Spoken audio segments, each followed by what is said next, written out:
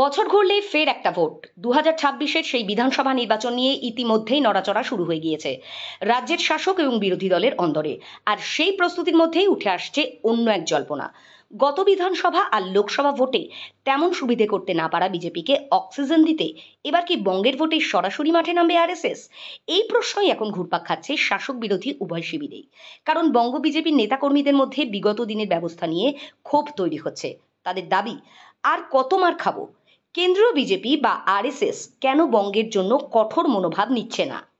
RSS তো নিশ্চয়ই তার ভূমিকা পালন করছে। আরএসএস এর যেটা কাজ সেটা হচ্ছে সমাজের সংগঠন করা, সমাজের মধ্যে একটা সচেতনতা প্রচার করা। সেই কাজটা আরএসএস দীর্ঘদিন ধরে করে আসছে, সেটাতে আরএসএস কখনো পিছপা হয়নি। বিজেপির ক্ষেত্রে তাদের কি স্ট্র্যাটেজি আছে ইত্যাদি সেই বিষয়টা আমি খুব একটা অবহিত নই। তবে কেন্দ্র রাজ্যের সমঝোতার যে বিষয়টা আছে এটা খুব একটা স্পষ্ট নয় আমার কাছে। কিছু ঘটনা দেখে আমরা অনেক রকম স্পেকুলেশন করছি। আবার এটাও ঠিক কথা যে দুটো নির্বাচিত সরকার, একটা যৌথ শাসন ব্যবস্থা যেখানে আমাদের দেশে প্রচলিত আছে, সেখানে কেন্দ্রেরও নিজস্ব কিছু বাধ্যবাধকতা থাকে, রাজ্যেরও নিজস্ব কিছু বাধ্যবাধকতা থাকে, সেগুলো মেনেই চলতে হয়। অনেক ক্ষেত্রে আমরা দেখতে পাচ্ছি যে রাজ্যের সরকার হয়তো সীমা উল্লঙ্ঘন করে চলে যাচ্ছে, যেটা করা উচিত নয় সেটা করছে, বা সংবিধানের বাইরে গিয়ে কিছু করছে। সেখানে এটা প্রশ্ন আসতেই পারে যে কেন্দ্রও সেটা করছে না কেন।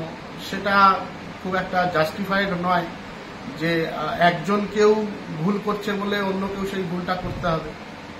তো এই বিষয়টা খুব সেন্সিটিভ ব্যাপার, সাংবিধানিক ব্যাপার। সরকার দলের থেকে আলাদা, দলের স্ট্র্যাটেজি, সরকারের স্ট্র্যাটেজি, তার মধ্যে কিছু পার্থক্য থাকবে। তো সেই জায়গাটা বোধহয় আমার মতো ব্যক্তির পক্ষে বলা খুব মুশকিল। তবে আমার মনে হয় কেন্দ্রের যে সরকার আছে তারা তাদের সরকার হিসেবে তাদের যে দায়িত্ব সেটা বোধহয় তারা পালন করছেন। রাজ্য সরকারের ক্ষেত্রে বর্তমান যে পরিস্থিতি আছে সেটা আমরা সকলেই অবহিত আছে, এটা নিয়ে নতুন করে কিছু বলার নেই। না, তবে সমঝোতার ব্যাপারটা অবশ্যই স্পেকুলেশনের মধ্যে রয়েছে। এবং এটাও খুব সত্যি কথা যে যারা এই দীর্ঘদিন ধরে লড়াইটা করে চলেছেন তাদের মধ্যেই হতাশা, নিরাশা, এটা আসাটা খুব স্বাভাবিক। এবং তার জন্য তাদেরকে দোষ দেওয়ার এক বিন্দু মাত্র জায়গা নেই। যারা সংঘ করছেন তারাও মার খাচ্ছেন, যারা বিজেপি করছেন তারাও মার খাচ্ছেন, অন্যান্য বিরোধী রাজনৈতিক বা সামাজিক সংগঠন শক্তি তারাও মার খাচ্ছেন। তো সেই জায়গায় দাঁড়িয়ে এই হতাশা নিরাশাটাও স্বাভাবিক। তবে এখানে একটাই বিষয় বলার, যে এটা একটা দীর্ঘমেয়াদী লড়াই। এখানে এরকম হতাশা নিরাশা যদি আসে তাহলে তার থেকে উঠে দাঁড়িয়ে আবার নতুন করে লড়াই করতে হবে। এবং এই লড়াইটা আমাদেরই লড়াই। এই লড়াইতে কেন্দ্র, রাজ্য, সরকার কাউকে না জড়িয়ে আমাদের নিজেদের বাঁচার লড়াই হিসেবেই আমাদেরকে লড়তে হবে বলে আমার মনে হয়। 2021-এর বিধানসভা নির্বাচনে প্রায় সমস্ত শক্তি দিয়ে বাংলায় ঝাঁপিয়ে পড়েছিলেন নরেন্দ্র মোদী, অমিত শাহেরা। কার্যত রাজ্য নেতৃত্বকে নস্যাৎ করেই ঝাঁকে ঝাঁকে বিজেপির সর্বভারতীয় বিগ শটরা রীতিমতো বাংলার ডেলি প্যাসেঞ্জার হয়ে উঠেছিলেন। একের পর এক আর্থিক কেলেঙ্কারিতে অভিযুক্ত তৃণমূল কংগ্রেসের নিচু আর মাঝের স্তরের এলোমেলো পরিস্থিতির সুযোগকে কাজে লাগাতে আক্ষরিক অর্থেই হুঙ্কার দিয়েছিলেন নরেন্দ্র মোদী এবং তার হরিহর আত্মা ডেপুটি অমিত শাহ। তাদের সেই আগলেবার দেশো পার এই স্লোগানে প্রবল উন্মাদনা তৈরি হয়েছিল তৃণমূল কংগ্রেসের প্রতি তিতিবিরক্ত বঙ্গ সমাজের একটা বড় অংশ। কয়েকশো রোড শো আর অসংখ্য জনসভায় হাজির হয়েছিলেন খোদ প্রধানমন্ত্রী নরেন্দ্র মোদী সহ অমিত শাহ, জেপি নাড্ডারা। এমনকি হিন্দুত্বের নব্য পোস্টার বয় তথা উত্তরপ্রদেশের মুখ্যমন্ত্রী যোগী আদিত্যনাথকেও বিজেপির কেন্দ্রীয় নেতৃত্বের তরফে এগিয়ে দেওয়া হয়েছিল বঙ্গের বিধানসভা দখলের ময়দানে। তবে বাংলায় এবারের বিধানসভা নির্বাচনের প্রেক্ষাপট একটু অন্যরকম বলেই মনে করছে আরএসএস। 2026-এর নির্বাচন যদিও পশ্চিমবঙ্গেরই নির্বাচন, কিন্তু এটাকে এই মুহূর্তে বর্তমান যে পরিস্থিতি সেখানে দাঁড়িয়ে একটা রাজ্যের মধ্যে সীমাবদ্ধ রাখাটা খুব মুশকিল হয়ে যাচ্ছে। তার কারণ হচ্ছে আমাদের প্রতিবেশী যে দেশ আছে বাংলাদেশ, সেখানকার বর্তমান যে রাজনৈতিক এবং সামাজিক পরিবেশ এবং সেই সঙ্গে সঙ্গে যে আর্থসামাজিক পরিকাঠামো দাঁড়িয়েছে, তার সঙ্গে সঙ্গে যে একটা জঙ্গিবাদের যে প্রসার, তার ফলে আমাদের পশ্চিমবঙ্গের আর্থসামাজিক এবং রাজনৈতিক পরিকাঠামোর উপরে প্রচুর প্রভাব পড়ছে। এবং আমরা দেখেছি যে বাংলাদেশের সঙ্গে ভারতবর্ষের যে সীমানা রয়েছে তার অনেকটা অংশ কিন্তু কাঁটাতার দিয়ে ঘেরা গেছে। পশ্চিমবঙ্গের একটা বড় অংশে এখনো পর্যন্ত সেই ফেন্সিংটা করা যাচ্ছে না, তার কিছু রাজনৈতিক কারণ আছে। তো সেই জায়গায় দাঁড়িয়ে আগামী বছরে পশ্চিমবঙ্গে যে নির্বাচনটা হতে চলেছে সেটার সঙ্গে ন্যাশনাল সিকিউরিটি জড়িত আছে এবং পশ্চিমবঙ্গের রাজনৈতিক এবং আর্থসামাজিক পরিকাঠামোর একটা খুব গভীর যোগাযোগ রয়েছে এবং স্বাভাবিকভাবেই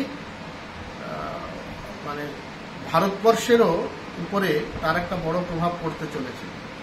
তো সেজন্য এটাকে শুধুমাত্র একটা অঙ্গরাজ্যের নির্বাচনের অন্যান্য অঙ্গরাজ্যের নির্বাচনের মতো করে দেখলে বোধহয় বিষয়টা ঠিক হবে না, এর গুরুত্বটা অনেক বেশি। যদিও প্রচারের এত সমারোহ সত্ত্বেও শেষ পর্যন্ত ৭৭টি আসনেই থেমে যেতে হয়েছিল কেন্দ্রের শাসক দলকে, তাও আবার রাজ্যের শাসক দল থেকে বিজেপিতে গিয়ে বিধানসভায় নির্বাচিত কয়েকজন প্রার্থীও ছিলেন। সূত্রের দাবি ২০২১ সালের সেই বঙ্গ বিধানসভা ভোটের গোটা পর্বে সংঘকে কার্যত ব্রাত্য করে রেখেই নিজেদের একচ্ছত্র আধিপত্য প্রমাণ করতে চেয়েছিলেন দিল্লির তুঘলক রোডের কার্যকর্তারা। ফলে সেই ভোটে ন্যূনতম ১০০ আসন জয়ের অনেক আগেই মোদী শাহদের রথ থেমে যাওয়ায় বঙ্গ বিজেপির সর্বস্তরের মনোবল বেজায় ধাক্কা লাগে। আর এরপরেই নাগপুরের অন্দরমহলে তাদের বিরুদ্ধে যে প্রবল অসন্তোষ তৈরি হয়েছে সেটা বেশ টের পেয়েছিলেন বর্তমান বিজেপির শীর্ষ নেতা এবং তার ডেপুটি। তবে সবকিছু ভুলে ২০২৬-এর বাংলা নির্বাচনকে পাখির চোখ করে ভোট ময়দানে নামতে চলেছে বিজেপি এবং আরএসএস, তেমন ইঙ্গিত মিলেছে। বিজেপি তো স্বাভাবিকভাবেই একটা রাজনৈতিক দল এবং বর্তমানে পশ্চিমবঙ্গের বিরোধী দল, তাদের তো একটা জায়গা থাকবেই, তারা চেষ্টা করবে ক্ষমতায় আসার। রাষ্ট্রীয় স্বয়ংসেবক সংঘ একটা সামাজিক প্রতিষ্ঠান, সামাজিক সংগঠন, বা বলা ভালো যে হিন্দু সমাজের সংগঠন। তো যেহেতু পশ্চিমবঙ্গে এই মুহূর্তে বিশেষ করে এই রামনবমীর পরবর্তীতেও আমরা দেখেছি যে রাস্তার মধ্যে একটা গাড়ি থেকে ফ্ল্যাগ খুলে ফেলা হচ্ছে, দুদিন আগে আমাদের বারাসাতের চৌমাথাতেও গন্ডগোল হয়েছে। তো এই যে একটা সামাজিক প্রচণ্ড খারাপ অবস্থার মধ্যে দিয়ে আমরা যাচ্ছি, যেটা একটা অশনি সংকেত। যেরকম পরিস্থিতি ১৯৪৬-এ ডাইরেক্ট অ্যাকশন ডে এরকম সময় তৈরি হয়েছিল, সেরকম একটা পরিস্থিতির দিকে পশ্চিমবঙ্গ কিন্তু এগোচ্ছে। সেটা আমরা ধুলাবাড়ি থেকে মোথাবাড়ি সব জায়গা ভালোভাবে পর্যালোচনা করলে বুঝতে পারি। তো সেই জায়গায় দাঁড়িয়ে রাষ্ট্রীয় স্বয়ংসেবক সংঘ হিন্দু সমাজের সংগঠন হিসেবে অবশ্যই একটা গুরুত্বপূর্ণ কিছু ভূমিকা তো পালন করতে চলেইছে। সেটা রাজনীতিতে কতটা তারা অ্যাক্টিভলি আসবেন বা রাজনীতির সঙ্গে কতটা নিজেদেরকে মেশাবেন সেটা সময় বলবে, সেটা এখনই বলা খুব মুশকিল।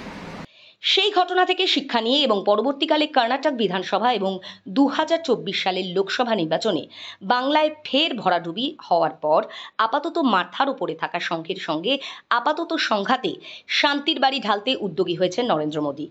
আর এরপরেই প্রথমে মহারাষ্ট্র এবং তারপর সাম্প্রতিক দিল্লি বিধানসভা নির্বাচনে বিজেপির জয়ের ব্যাটন হাতে তুলে নেয় নাগপুর। ফল মেলে হাতে নাতে প্রায় ২.৫ শতক পরে ফের দিল্লিকে বিজেপির হাতে তুলে দেয় সংঘ। আর এখানেই নতুন এক ভোটযুদ্ধের কৌশল নিয়ে নতুন করে জল্পনা শুরু হয়েছে। বহু প্রতীক্ষিত বঙ্গ বিধানসভা দখলের জন্য এবার কি নরেন্দ্র মোদী অমিত শাহদের সিদ্ধান্তে আরএসএস এর প্রভাব বাড়বে? সরাসরি না হলেও এ নিয়ে প্রচ্ছন্ন ইঙ্গিত দিতে শুরু করেছে সামাজিক পরিসরে নিভৃতে হিন্দুত্ববাদী দর্শনের প্রসারের লক্ষ্যে কাজ করে চলা সংঘের একাধিক শাখা সংগঠন। মোহন ভাগবতজি পশ্চিমবঙ্গে এসেছিলেন, সেখানে তিনি একটি বৈঠক নেন।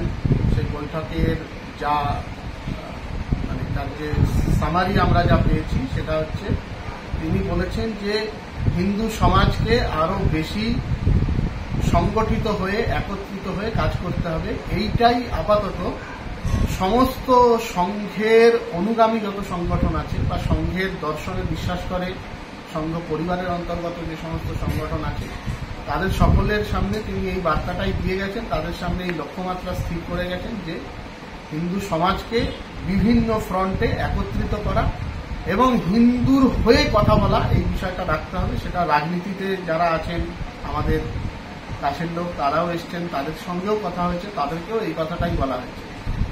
নির্বাচন সংক্রান্ত যে বিষয় সেইটা কিন্তু এই মুহূর্তে তার আলোচনায় কিছু উঠে আসেনি। হয়তো ভবিষ্যতে এরকম কিছু আসতে পারে, যদি আসে সেটা তখন দেখা যাবে। আপাতত এইটাই ওনার বার্তা ছিল যে হিন্দু সমাজকে আরো বেশি করে একত্রিত করতে হবে এবং সেই একত্রীকরণটা যেন অ্যাক্টিভ হয়, সেই একত্রীকরণটা যেন সোচ্চার হয়, যেন মানুষ কথা বলেন অন্যায়ের বিরুদ্ধে, অত্যাচারের বিরুদ্ধে। এটাই তার বার্তা ছিল। সম্প্রতি প্রধানমন্ত্রী হওয়ার 14 বছর পর নাগপুরে আরএসএস এর সদর দফতরে পা রেখেছিলেন প্রধানমন্ত্রী নরেন্দ্র মোদী। সেখানে সংঘের জাতীয় কর্মসমিতির গুরুত্বপূর্ণ বৈঠকে অংশগ্রহণ করার আগে তাৎপর্যপূর্ণভাবে সরসংঘ চালক মোহন ভাগবতের সঙ্গেও একান্ত বৈঠক করেন মোদী। আর এতেই কেন্দ্রের শাসক দল তথা সরকারের অন্দরে নতুন করে উদ্দীপনা দেখা দিয়েছে। দলের নিচের এবং মাঝের তলায় তো বটেই, সেই সঙ্গে বঙ্গ বিজেপির শীর্ষ মহলেও সংঘের একনিষ্ঠ সমর্থকদের মধ্যে বেশ উৎসাহ দেখা গিয়েছে। আর এই উৎসাহের আবহেই মাথাচাড়া দিয়েছে নতুন প্রশ্ন। অন্য দল থেকে এসে রাজ্য বিজেপির সংগঠন তথা বিরোধী রাজনৈতিক পরিসরে গুরুত্বপূর্ণ হয়ে ওঠা সংঘের আদর্শ না জানা শুভেন্দু অধিকারীদের দিন কি তবে শেষ হতে চলল? উত্তর দেবে 2026 সালের বিধানসভা ভোটের EVM. Bureau report, digital news Bangla.